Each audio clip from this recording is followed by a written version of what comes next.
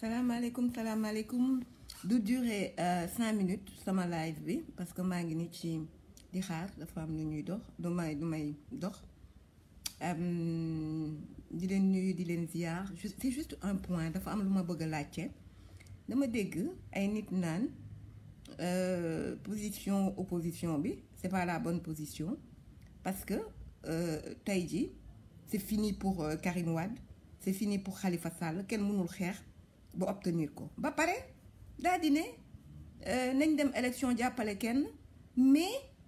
fichier bi nañ xeex ba Macky jox ñu ko ba ñu am suñu ay revendication waa léegi yow man Macky Sall mi toog ci télé ne changé wul ministre de l'intérieur am ne defuma ko kooku ngeen foog ni dina leen jox fichier bi ngeen koy xeex depuis 2000 référendum depuis 3 ans joxu leen ko fichier bu bees bi joxu leen ko léegi ngeen ni yéen kon mënu leen xeex pour tey jii qu'on remette tout à plat, c'est-à-dire que tous les candidats participent à l'élection comme dans un pays normal, comme dans une démocratie normale, mais ngeen ni mën ngeen xeex yéen li mu leen bañ a jox depuis 2 ans xawma 3 ans mu jox leen ko. Quel est le bon sens? Parfois nit ñi dañuy tiit di wax duñu réfléchir ci stratégie duñu réfléchir ci dara yow kañ bu fekkee mën nga xeex ba jot fichier bi ñu bañ a jox législatif bañ ñu jox référendum ñu bañ ñu jox téye carte nit ñi 200 000 cartes fichier boo xamante ni tey ji 1 million de personnes ñoom dañ naan 4% de kii moo des ñun on estime à 15% yu des joxuñu ko nit ay carte d'identité fichier boo xamante ni duplicata yaa ngi daw tu peux voter 150 fois benn militant APR mënoo ci xam dara amoo cartographie électorale bi nga ne yow da nga ciy dem élection pour crédibiliser Macky Sall aux yeux de la communauté internationale dem mu def ay chiffres am ni mu leen ko waxee woon 5 candidats mooy am 5 am ni mu leen ko waxoon législative lii laa leen di dóoree loolu la ñu dóoree lii laa leen di parce que il fraude ne leen 14% Madické Niang mooy jiitu ñoom Idrissa Seck ñoom Sonko ngeen ni da ngeen ciy dem élection bu leen neexee mais ma ni ku ci dem élection pour man c'est un traître à la nation parce que da ngay dem pour crédibiliser Macky Sall bu fekkee yow mën ngaa dem xeexi pour ñu jox la fichier bi mën ngaa dem xeexi pour jot cartographie électorale bi war ngaa mun a xeex pour ñëpp bokk wax day yenu maanaam make sense waaye moo toog ci télé bi ne defuma ko moo toog ci télé France ne Karim du bokk Khalifa du bokk ndax loi bu toogee la leen di amnistier waaye léegi à choisir ñaari xeex yi ban ngeen ciy tànn xeex rek la nañ xeex bi xeex moom pour jot fichier xeex pour Karim ak Khalifa ñu dindi ci parrainage bi ñëpp bokk normalement comme dans un pays démocratique ak xeex jot fichier bi yëpp même chose la rek xeex la rek kon nag nañ xeex ñëpp bokk Sénégal jëm kanam les 6 millions de personnes inscrites dans le fichier mën a dem ci jour bi voter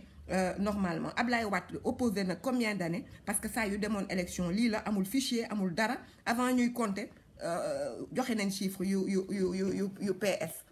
defoon te boobu temps ñii rek la woon ñi wër Macky Sall ñoom Niassaki Tanor même chose la première fois qu'il y a eu un code consensuel des élections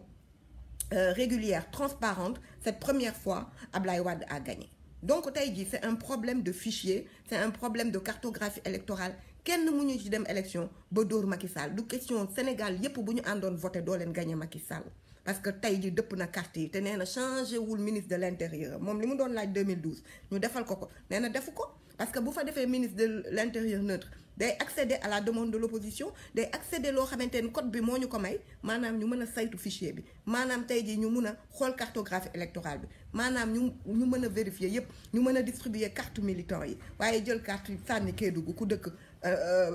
Matam kooku nooy jël liggéey sa carte ku ci dem c'est de la mascarade électorale te Ablaye Wade da ngeen dëgër bopp waxoon na leen ko ci législative yi vous allez vers une non-élection lii moom du non-élection ku ci nangu dem tu es en train de trahir le Sénégal ku mën a xeex yow mënoo xeex ba jot fichier nga ni ma da nga koy xeexi foo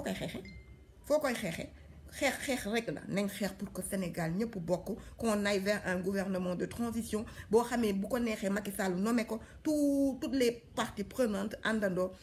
tey ji mën a bokk ci élection ñu dugg ci urne bu ñu matee 150 nañ def bulletin unique mani la Sénégal mënuñoo passer 30 candidats ñu def ko bulletin unique 15 fii 15 fële ñu dem voter les solutions sont là mais lan mooy waxu ay dañuy xeexi uti fichier yow mënoo xeex mënul non Karim Wade mënul bokk Khalifa mënul bokk léegi notre combat mooy ñu dem rang ci ginnaaw benn nit ba pare xeexi fichier bi 2 ans ngeen koy xeex joxuñu leen ko xeex rek la nañ xeex pour que ñëpp bokk parce que bu ñu